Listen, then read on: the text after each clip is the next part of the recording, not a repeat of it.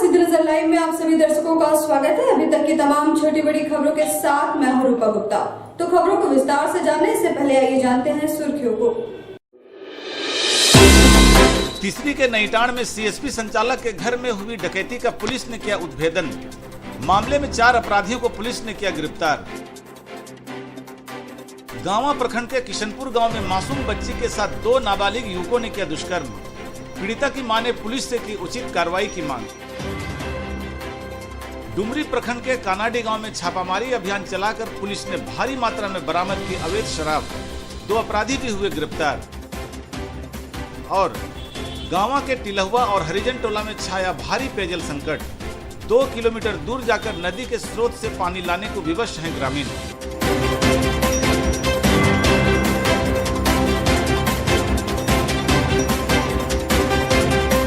और अब खबरें विस्तार से।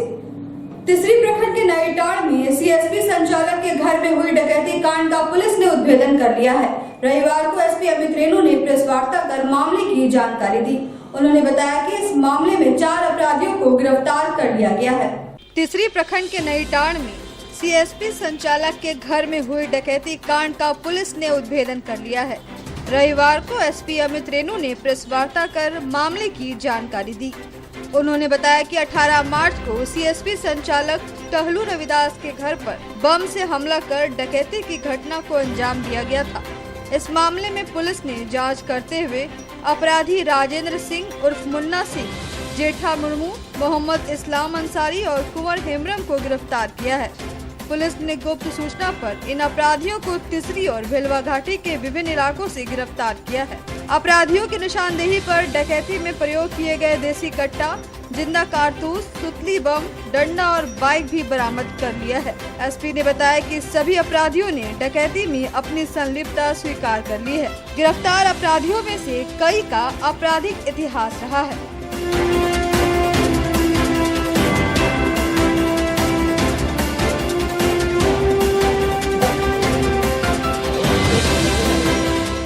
दिनांक 18/3/2021 को करीबन 7:30 बजे के आसपास तीसरी थाना अंतर्गत नईटाड़ स्थित टहलू रविदास के घर पे कुछ अज्ञात अपराध कर्मियों, कुछ 10 से 12 की संख्या में जो थे, उनके द्वारा बम फोड़कर वहाँ पे भय उत्पन्न किया गया और डकैती की घटना को अंजाम दिया गया था। इस संदर्भ में तीसरी थाना कांड संख्या 3521 दर्ज करते हुए अग्रतर अनुसंधान जारी किया गया। टहलू रविदास चंदौरी एवं अपने घर नईटाण में सीएसपी ग्राहक सेवा केंद्र चलाते हैं। पुलिस इस संदर्भ में पुलिस उपाधीक्षक मुख्यालय 2 के और वहाँ के जो पदाधिकारी हैं, आसपास के थाना के इंस्पेक्टर के नेतृत्व में एक टीम की गठन की गई, जो इस तरह के घटना के कारित किए जाने वाले जितने भी अपराध कर्मी हैं उनकी पहचान कर उनकी त्वरित अरेस्टिंग हो और इस तरह की घटना को रोका जा सके, इसके लिए एक टीम की गठन की गई थी। इस संदर्भ में टीम को सफलता प्राप्त हुई है और इस संदर्भ में 4 लोगों की अरेस्टिंग अब तक हो पाई है। अपराध कर्मियों का नाम निम्नवत है। राजेंद्र सिंह उर्फ मुन्ना सिंह, जो पुरंदाहा देवघर के रहने वाले हैं। जेठा मुर्मू, जो दूधपनिया थाना भिलवा घाटी के रहने वाले हैं। मोहम्मद इस्लाम, जो जमुआ अंतर्गत के स्थित बेरहाबाद गांव के रहने वाले हैं। और चौथे व्यक्ति का नाम कुंवर हेम्ब्रम है, जो गांवा थाना अंतर्गत रहने वाले हैं। कुल 7 अपराध कर्मियों का अब तक नाम सामने आ पाया है। इनके पास से 2 लोहे का बना हुआ देसी कट्टा, साथ में 3.15 बोर का जिंदा 4 कारतूस, सुतली बम जो घटना में जिस तरीके का प्रयोग किया गया था सेम उसी तरीके के बम को बरामद किया गया है। घटना में प्रयोग जो खून लगा हुआ लकड़ी था, जिससे इन्होंने मारपीट भी की थी वहाँ के लोगों से, उसको भी बरामद किया गया है। एवं घटना में प्रयुक्त जो मोटरसाइकिल इनके द्वारा उपयोग में लाया गया था उसको भी बरामद कर लिया गया है। कांड का अनुसंधान जारी है। फिलहाल 4 लोगों को जुडिशियल कस्टडी में भेजा जा रहा है। अन्य अपराध कर्मियों के विरुद्ध छापामारी जारी है। पूर्व में भी जो उपरोक्त अपराध कर्मियों का नाम मैंने बताया, उनके द्वारा डकैती, रेप और मर्डर से संबंधित घटनाओं को कारित किया गया। गिरिडीह पुलिस ने डुमरी प्रखंड के कानाडी गांव में छापामारी अभियान चलाकर भारी मात्रा में अवैध अंग्रेजी शराब बरामद किया है। यह जानकारी एसपी अमित रेणु ने रविवार को पुलिस लाइन में एक प्रेस वार्ता आयोजित कर दी। अवैध निर्मित अंग्रेजी शराब कारोबार पर अंकुश लगाने के लिए पुलिस लगातार छापामारी अभियान चला रही है। इसी कड़ी में रविवार को पुलिस अधीक्षक के निर्देश पर डुमरी प्रखंड के कानाडी के सुरेश सोरेन और अरविंद सोरेन के घर छापामारी कर भारी मात्रा में अवैध रूप से निर्मित अंग्रेजी शराब को बरामद किया गया। पुराना पुलिस लाइन में पुलिस अधीक्षक अमित रेणु ने रविवार को प्रेस वार्ता कर इसकी जानकारी दी।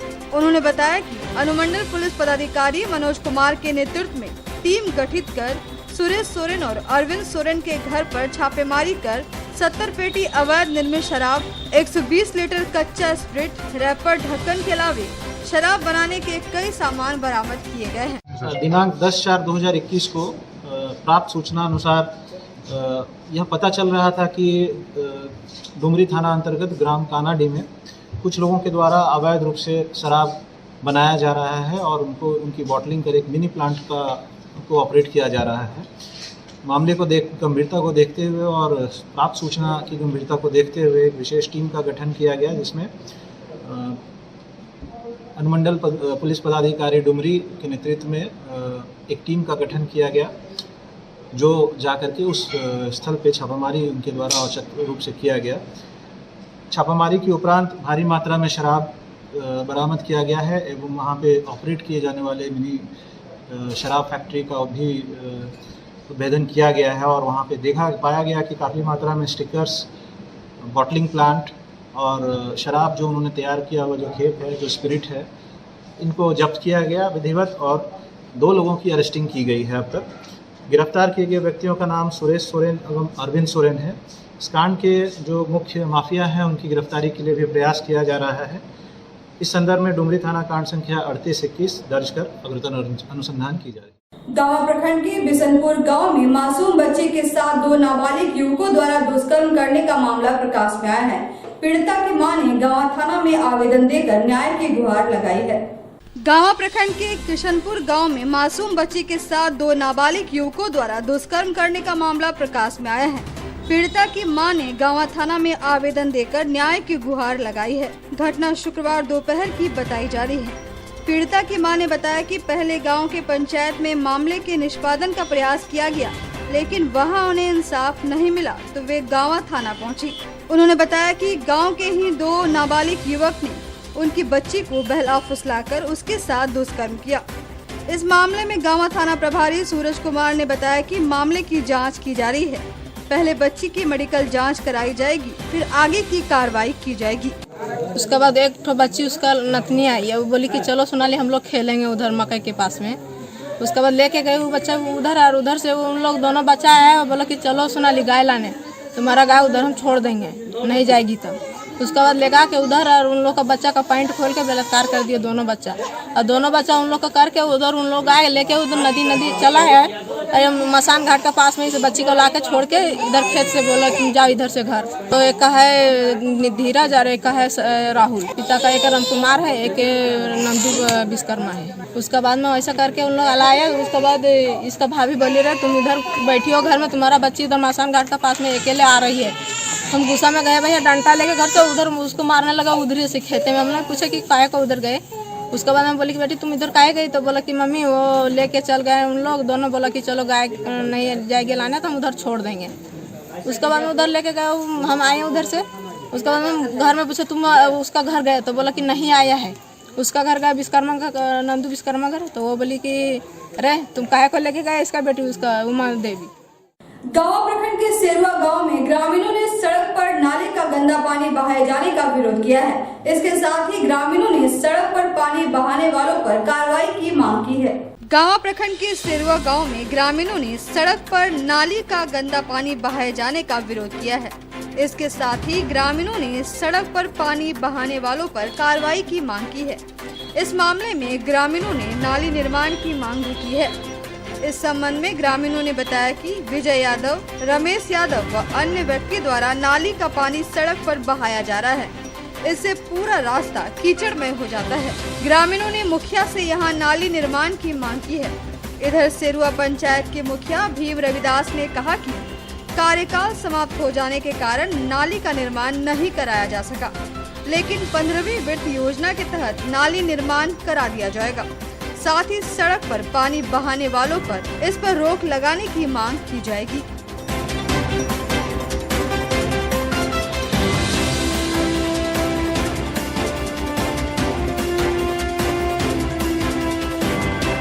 गली के विषय में आज 4-5 वर्षों से इसी तरह न्याय, जब किसी के साथ अगर बोलते हैं कि पानी बहा हो रहा है, कभी उस समय उसके परिवार वाले लोग लड़ाई झगड़ा के लिए तैयार हो जाते हैं कि ये सब यही समस्या हमेशा रहते रहेगा, कभी कुछ नहीं होगा इसी तरह। अब बाकी जब भी हम लोग अगर कोई किसी तरह से निकलते हैं तो कोई डेली एक न एक घटना, कोई ना कोई मोटरसाइकिल से गिर जाता है, कोई मंदिर भी पूजा करने के लिए जाते हैं तो उसके लिए भी बहुत बड़ा दिक्कत हो जाता है। ये रोड की समस्या है। हम लोग कितने बार इस पर चर्चा भी उठाए हैं, लड़ाई झगड़ा भी हुआ, मारपीट भी हुआ, केस मुकदमा भी हुआ है। उसके बाद भी लोग यहाँ का सुधरने का नाम नहीं ले रहे हैं। अगर बोलने जाते हैं तो हम ही लोग को गाली गलौज करता है कि तुम ही एगो यहाँ का प्रधान है, ये है वो, बहुत कुछ बोलता है। बात बाकी ये विजय यादव है, विजय यादव का घर से मोटर का पानी जाता है, नली का पानी जाता है, चापाकल का पानी जाता है। उसके बाद बहुत तरह का बोलने जाते हैं तो हम ही लोग पर गाली गलौज करता है। और मुखिया जी को भी हम लोग बोले हैं। लोग अगला साल भी इस सवाल पर विरोध किए थे और विरोध करने के बावजूद यहाँ मैंने मारा पीटी भी हो गया, जिससे केस मुकदमा भी हो गया था। तो हम लोग इसमें तमाम लोगों को बोले कि जो भी है आदमी अगर सिंचाई के लिए भी पानी ले जाते हैं तो उसको पाइप के जरिए साइड से ले जाइए। लेकिन पाइप से जो तो करिए रहा, लेकिन अब चापाकल का भी जो पानी है वो खुले आम मैंने उससे जो गंदगी निकलता है, जो गड्ढा बनाया शौक था, उसका भी जो पानी है सो बाहर रोड पर फेंक देता है। और विरोध करने पर मैंने लाठी पहना, डंडा, और मैंने यही तरह का मैंने लड़ाई या झगड़ा का बात करता है। न्यूज मिला कि ग्रामीण से कुछ वहाँ विवाद हुआ और विवाद के कारण हम वहाँ अभी जा रहे हैं कि पानी बहाव लेकर के कैसे कैसे विवाद हुआ, वहाँ हम जा रहे हैं देख करके। और बाकी ये जो लोगों ने बोल रहे हैं कि अब की बार चुनाव के बाद जो ऐसे नाले बने, वैसे बात नहीं है। हम जैसे मान लिए थे हमारे पावर जो ऐसे सीज कर रहे थे, तो हम लोग पावर अभी तत्काल हमारे मुख्यमंत्री ने दिए, आलमगीर आलम ने दिए, तो हम पावर अभी फिर बरकरार हैं। तो हम इसमें 15वें वित्त से वहाँ हम नाली निर्माण करवा देंगे। और अभी हम जा रहे हैं, देखेंगे कि जैसे उस तरह के पानी जो बहाव लोग करते हैं उस पर मना करेंगे। मना यदि नहीं उन लोग रोकते हैं और अपना पानी को बहाव यदि सही ढंग से नहीं करते हैं, उस पर हम कानून कार्रवाई की हम लोग आदेश देंगे। गांव प्रखंड के मंझने पंचायत के टिलहवा और हरिजन टोला में इन दिनों पानी की भीषण समस्या है। यहां आज भी लोग जुआ खोदकर अपनी प्यास बुझा रहे हैं। गांव प्रखंड के मंझने पंचायत के टिलहवा और हरिजन टोला में इन दिनों पानी की भीषण समस्या है। यहाँ आज भी लोग चुआ खोदकर अपनी प्यास बुझा रहे हैं। यहाँ के लोग घर से करीब 2 किलोमीटर दूर जाकर नदी के चुआ से पानी लाते हैं। हरिजन टोला में मात्र 2 चापानल है जो खराब पड़ा हुआ है। टिलहवा टोला में एकमात्र सार्वजनिक कुआं है जिससे गंदा पानी निकलता है, इसलिए उक्त मोहल्ले के लोग दूर जाकर पानी लाते हैं। ग्रामीणों ने यहां जल्द ही डीप बोरिंग कर शुद्ध जल मुहैया कराने की मांग की है। इधर कनीय अभियंता जयेंद्र भगत ने कहा कि मिस्त्री भेजकर शीघ्र ही समस्या का समाधान कराया जाएगा।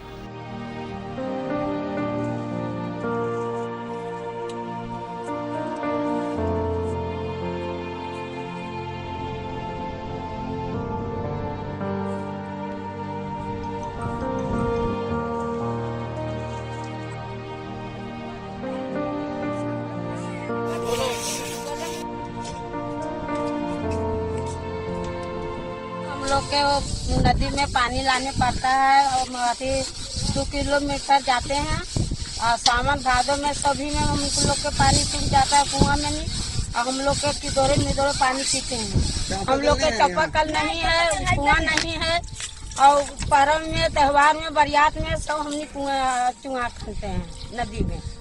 तो हम लोग के मुखिया कुछ नहीं देता है। पप्पा करना है न, कुआं है, पानी दिक्कत है। देखो त्योहार आ रहा है तो यहाँ कुआं खनवाई, नदी में तब पानी भरवाए, कपड़ा धोवाए। घर से कितना दूर नदी पड़ता है? नदी देखो कितना दूर पड़, देखो तिरबाबू है, चाहे बरसात रहता है चाहे तेजे रहो, नहीं करे पानी को। इनारा में भी पानी सूख गया, चापाकल भी एक नहीं, तुरियाडी में है 1-2 भैंसा। जो मुखिया होता है वो अपना जहाँ जहाँ उसको मन होता है वहाँ देता है, हमको देवे नहीं करता है। हम छोटा जात हमको समझ में नहीं करता, भुगते रहते भाई बेटा ये काम कर दिया, मुखिया जी ये काम कर दिया, बोल नहीं चाची, नहीं चाची। मतलब यहाँ का जो हमारे पूर्वज है, वंशज है, वो एक स्रोत है जो पहले पानी रहता था और अब गर्मी के जब आता है तो बिल्कुल सूख जाता है। वहाँ पानी का हम लोग को काफ़ी कठिनाई होती है।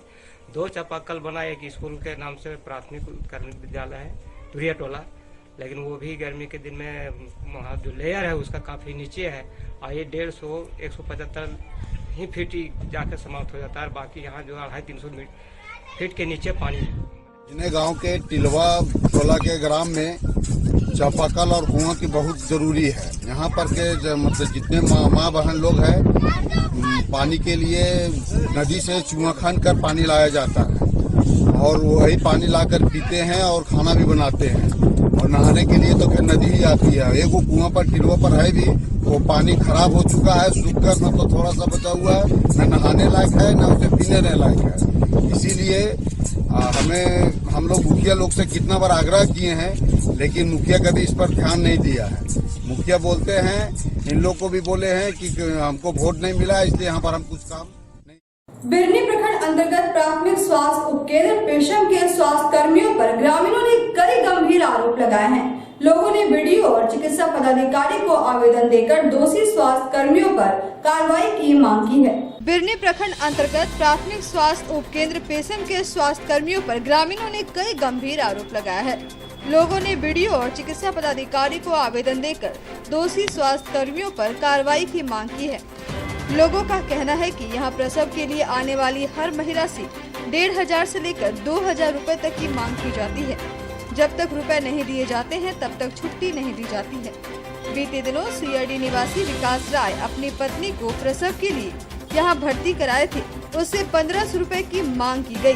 विकास राय ने कर्ज लेकर प्रतिमा कुमारी नामक नर्स को रुपए दिया, तब जाकर रात 1 बजे उसे छुट्टी दी गई।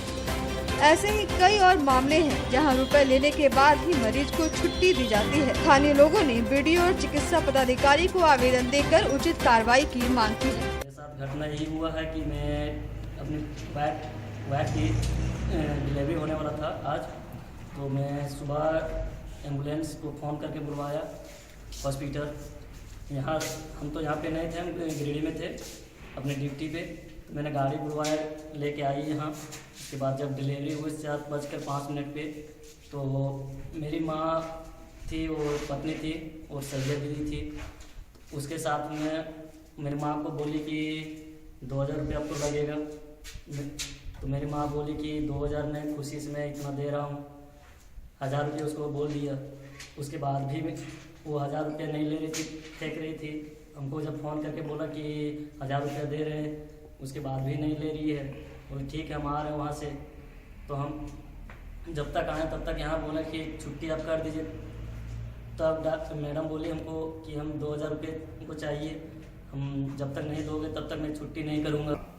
रात 11 बजे लाए यहाँ पे। हाँ, 11:53 हुआ। उसके बाद हम लोगों ने छुट्टी कर दीजिए। तो छुट्टी के लिए दिए उसको, पहले 1000 रुपये दिए, वो बोला बस 2000 से 1 भी रुपया कम नहीं लेंगे। हम पूछना चाहते हैं यहाँ के वरीय पदाधिकारियों के कि क्या अगर यहाँ प्रसव के लिए जो महिलाएं आती हैं, क्या उनसे शुल्क लिया जाना है? अगर शुल्क लिया जाना है तो क्या शुल्क है, और अगर शुल्क नहीं है तो ये जो मामला आया है सामने, ये इस मामले पर किस प्रकार की कार्रवाई वो करेंगे? रविवार को बाजार के पूर्ण बंद होने की अफवाह की खबर के बावजूद पूरा बाजार खुला रहा, लेकिन अफवाह के कारण बाजार में लोगों की भीड़ कम रही। रविवार को बाजार के पूर्ण बंद होने की अफवाह की खबर के बावजूद पूरा बाजार खुला रहा, लेकिन अफवाह के कारण बाजार में लोगों की भीड़ कम रही। जानकारी के अनुसार किसी ने यह भ्रामक समाचार फैला दिया था कि रविवार को गिरिडीह में दिन भर पूर्ण बंदी रहेगा। इस फर्जी खबर पर विभिन्न प्रखंडों के गांवों से आने वाले लोग रविवार को गिरिडीह बहुत कम पहुंचे। गिरिडीह बस पड़ाव में भी सन्नाटा छाया रहा। इधर गुट्टी बाजार में लगने वाला साप्ताहिक हाट भी वीरान रहा। हर रविवार को सुबह से शाम तक गिरिडीह के सभी सड़कों में लोगों की भीड़ लगी रहती है। लेकिन इस रविवार को सभी सड़कों पर सन्नाटा छाया रहा। गिरिडीह का बाजार तो पूर्ण रूप से खुला रहा, लेकिन खरीदारों की कमी देखने को मिली। राष्ट्रीय शैक्षिक महासंघ ने अधिवक्ता चुनुकान को तीसरी बार एसोसिएशन के चुनाव में महासचिव चुने जाने पर पुष्प गुच्छ देकर स्वागत किया है। शैक्षिक संघ के सदस्यों ने इस दौरान उनके मंगल भविष्य की कामना की। राष्ट्रीय शैक्षिक महासंघ ने अधिवक्ता चुनुकान को तीसरी बार एसोसिएशन के चुनाव में महासचिव चुने जाने पर पुष्प गुच्छ देकर स्वागत किया है।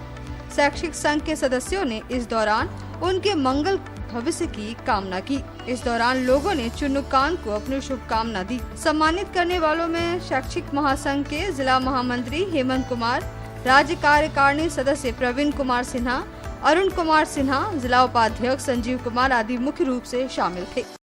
जो लगातार तीसरी बार जिला बार एसोसिएशन के महासचिव पद पर विजय हासिल किए हैं, हमारा संगठन राष्ट्रीय शैक्षिक महासंघ इनका हार्दिक अभिनंदन करता है और हम लोग बेहद गौरवान्वित महसूस करते हैं कि बहुत योग्य आदमी इस महत्वपूर्ण पद पर पदासीन है। बधाई तो कई लोगों ने दिया और बहुत सारी बधाइयाँ मिली, उसमें से कुछ खास और जो आदमी को अंदर से एक ऊर्जा देता है, अलग शक्ति देता है, उसका जरूर हम जिक्र करना चाहेंगे इस मौके पर। आज अभी जो लोग हमको सम्मानित करने आए वो सारे शिक्षक हैं और हम तो यही मानते हैं कि जीवन में अगर ईश्वर के बाद धरती पर कोई दूसरा ऐसा मानव है, प्राणी है जो सबसे श्रेष्ठ है, वो शिक्षक है। इसीलिए मेरा संस्कृति भी, हमारा धर्म भी गुरु को ब्रह्मा से ऊपर रखा है। कोई गुरु अगर किसी को सम्मानित करे, ऐसा कोई व्यक्ति पैदा ही नहीं हुआ है, लेकिन ये इन लोग का बड़प्पन है, बड़ा दिल है कि एक छोटे से नाचीज को भी इन लोगों ने सम्मान दिया है। मैं आपके चैनल के ही माध्यम से इन सारे लोगों को, हेमंत जी, प्रवीण जी, अरुण जी और संजीव जी, चारों का शुक्रिया शब्द कह करके तो उसके भाव को छोटा नहीं कर सकता हूँ। मेरे लिए अमूल्य धरोहर है, इन लोगों ने हमको सम्मान दिया है और मेरी कोशिश होगी कि जिस भाव के साथ यहाँ आए हैं, प्रभु इतना ताकत दे कि उस इनके भाव का हम हमेशा रक्षा कर सकें। तेजी से बढ़ती गर्मी ने लोगों की परेशानी बढ़ा दी है। शनिवार को गिरिडीह शहर का अधिकतम तापमान 39 डिग्री रहा। तेज धूप के कारण लोगों की दिनचर्या प्रभावित रही। तेजी से बढ़ती गर्मी ने लोगों की परेशानी बढ़ा दी है। रविवार को गिरिडीह शहर का अधिकतम तापमान 39 डिग्री रहा। तेज धूप के कारण लोगों की दिनचर्या प्रभावित रही। सुबह 8 बजे से ही सूरज की तपिश बढ़ने लगती है, जो संध्या 5 बजे तक बरकरार रहती है। तेज गर्मी के कारण बाजार में लोगों की भीड़ भी कम नजर आती है। अधिकांश लोग सुबह में ही अपना काम निपटा कर चले जाते हैं। इधर शाम 5 बजे के बाद बाजार में लोगों की भीड़ नजर आती है, लेकिन कोरोना बंदी के कारण वह भी 1 से 2 घंटे में समाप्त हो जाती है। इधर गर्मी के कारण शहर में शीतल पेयजल, सत्तू, ककड़ी, खीरा, तरबूज, खरबूज, नींबू पानी और गन्ने के जूस की बिक्री बढ़ी हुई है। दोपहर में शहर के अधिकांश सड़कों पर लोगों की भीड़ नहीं रहती है। मौसम विभाग के अनुसार अभी तापमान का बढ़ना जारी रहेगा।